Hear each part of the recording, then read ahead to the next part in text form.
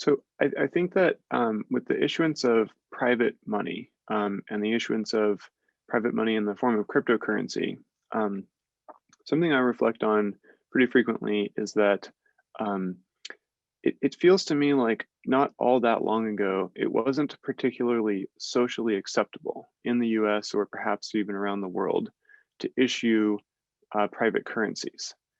And I think that Bitcoin and cryptocurrencies have actually really significantly changed the social acceptability of that.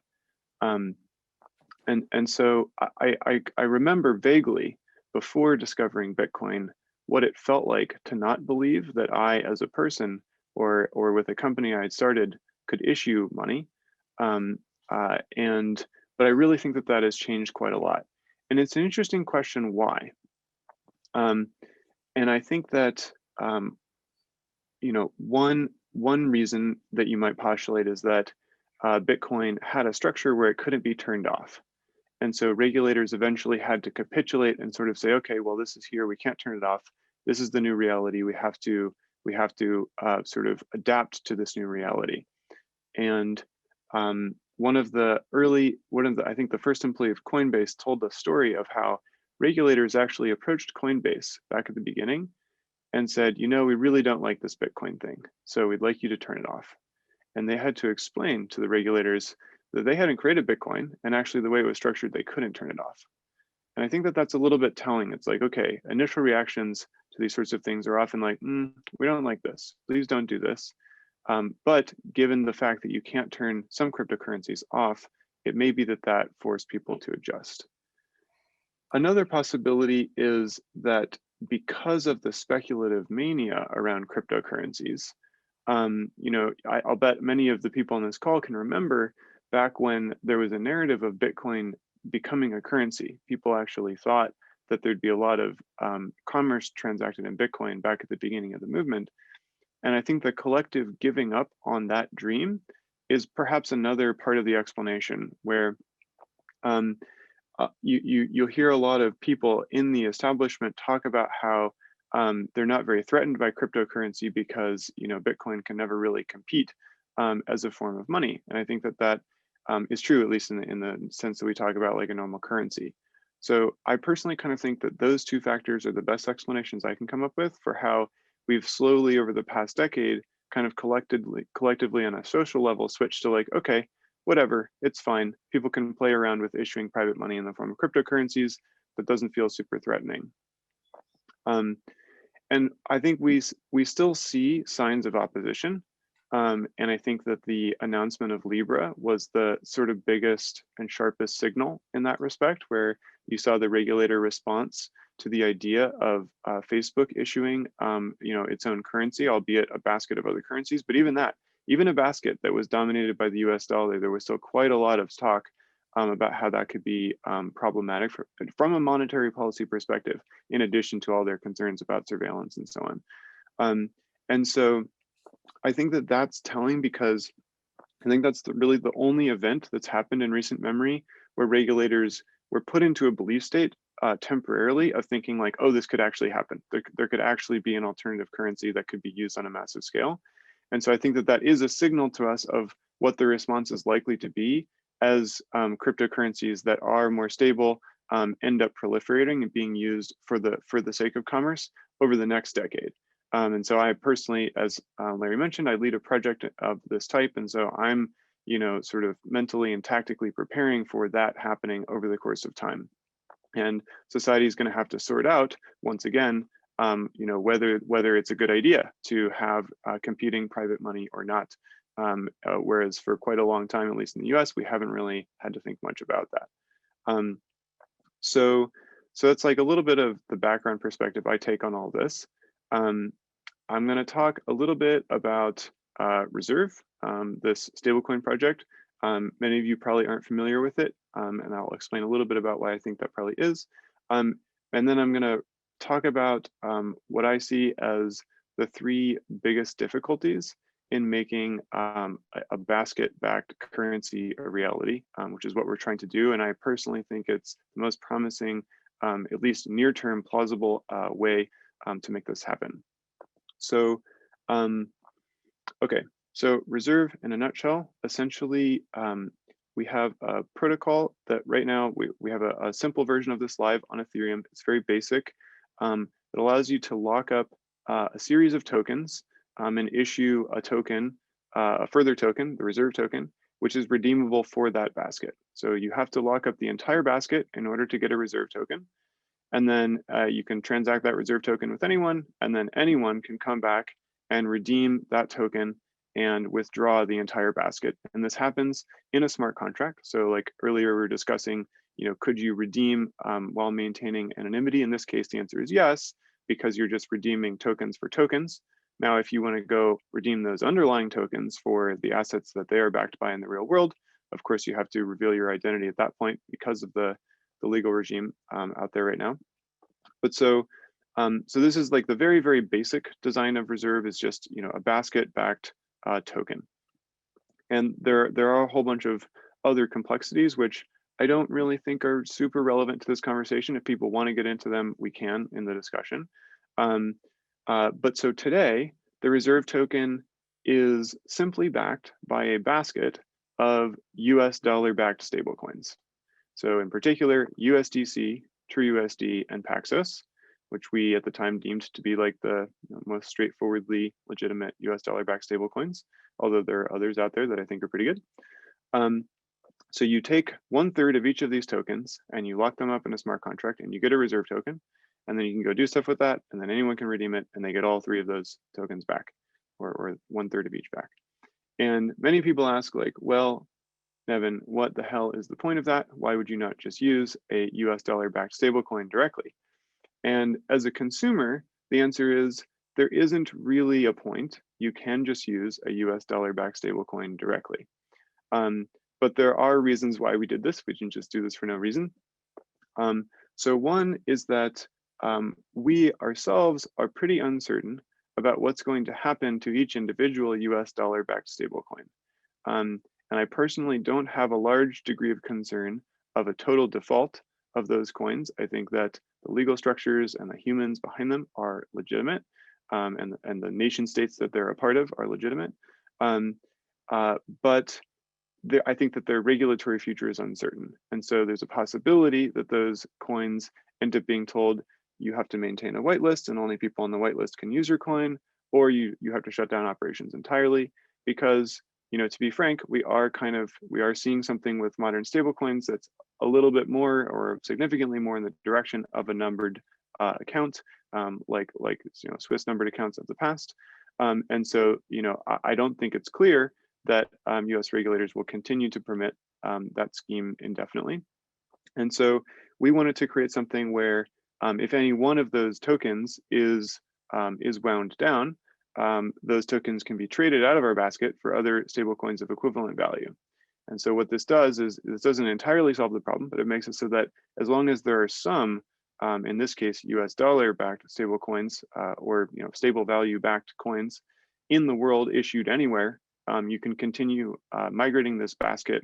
And by doing so, you can have a stablecoin that retains its sort of brand recognition and network effects and liquidity throughout the course of near-term history, even if there's a lot of choppiness in which stablecoins exist and serve the marketplace. That's one reason.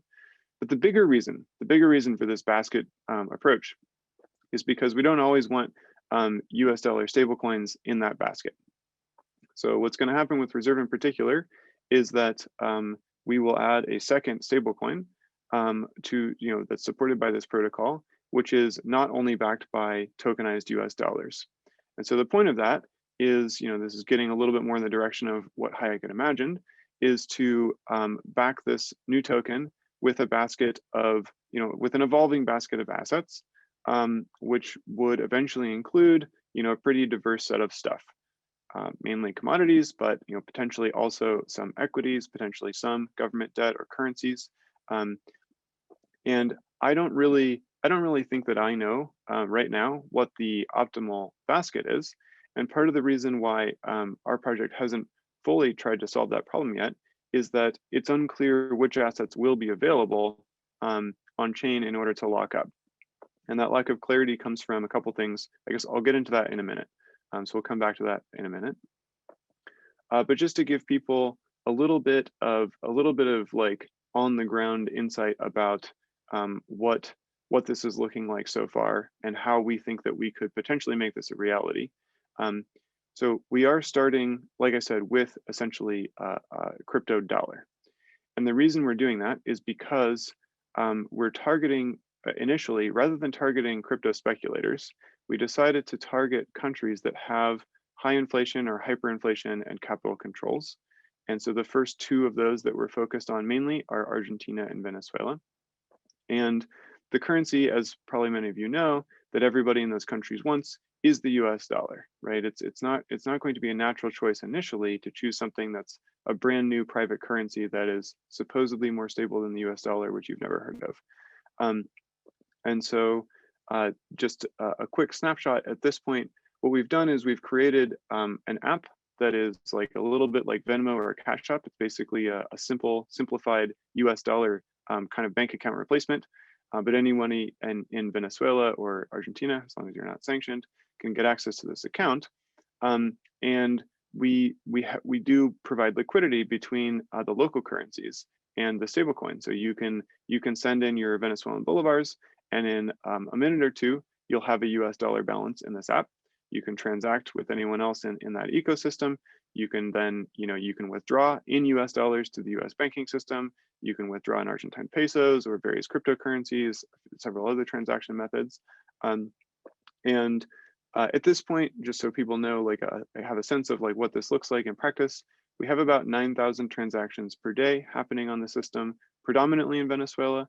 And it's about $1 million US worth of total volume transacted per day. And a big fraction of that is companies. Companies are using this to get their money in and out of the country, in and out of US bank accounts mainly. But there are like quite a lot of consumer transactions happening. But this is still the very beginning.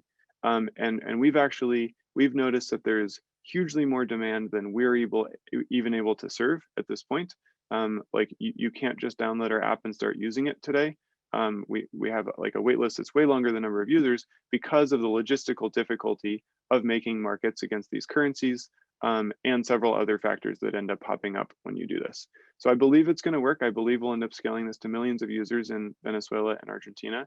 But that's kind of a snapshot of what that looks like. Now, obviously, again, this is still just a tokenized US dollar at this point, but we decided that, if you really are thinking concretely about how do you launch a new private currency that is, ostensibly an alternative to the US dollar, how do you do that?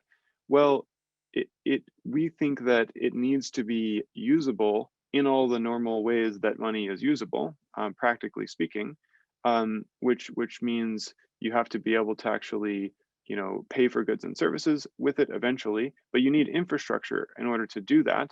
And that infrastructure we think it is different from the infrastructure that's being built for crypto speculation. So, it's fantastic how much liquidity there is for cryptocurrencies around the world. But all of the tools are not really normal financial tools. They're not normal accounts. There's not payroll systems. There's not accounting systems. Like all the normal stuff that you want to do with money is not being really optimized for that significantly in crypto yet, because companies are naturally following their profit incentive and catering to speculators, which is a totally legitimate thing. I don't fault them for that, but we just decided to kind of take a left turn and build a different set of systems, and be sort of patient about it and see what happens over time. So anyway, that's a little bit about where we're at. To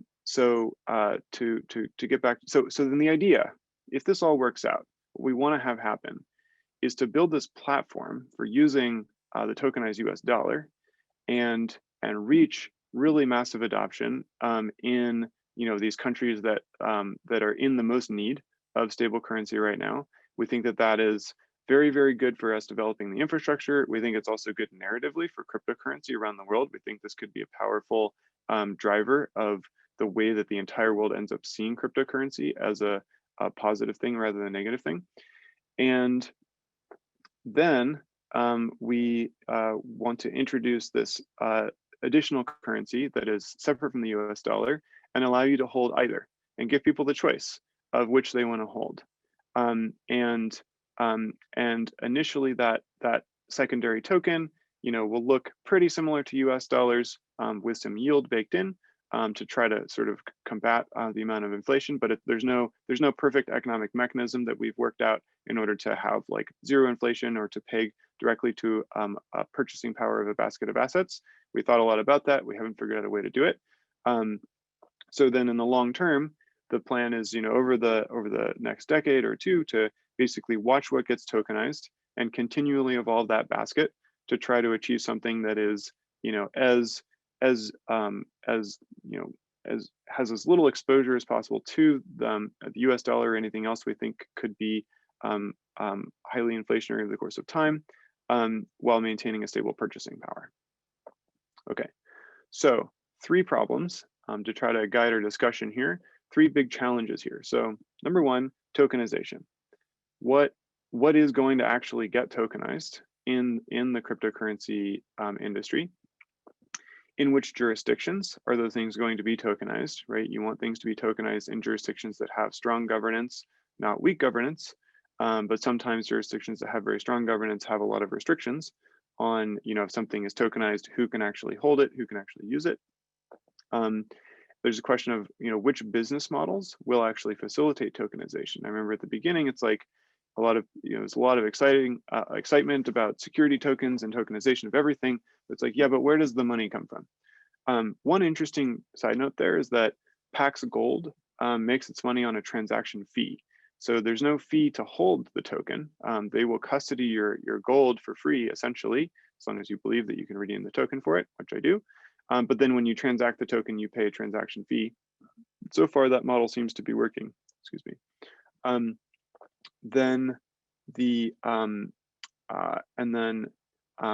But yeah, and then I think that the biggest question, the thing that has me the most personally worried about this, is the question of what will the legal status of these tokenized assets and financial assets be? Are we going to end up with a relatively liberal scheme where once things are tokenized, stuff that you traditionally have to have gone through a regulated brokerage of some form to buy is something that you're able to hold, without being on a whitelist or not? And it would be really great, I think, for the world if the answer was yes, you could hold it without having gone through some sort of KYC process. And that's because then smart contracts can hold those assets, and they can be, part of a basket like this. It could also be part of, a crazy DeFi ecosystem, and all sorts of weird stuff could happen.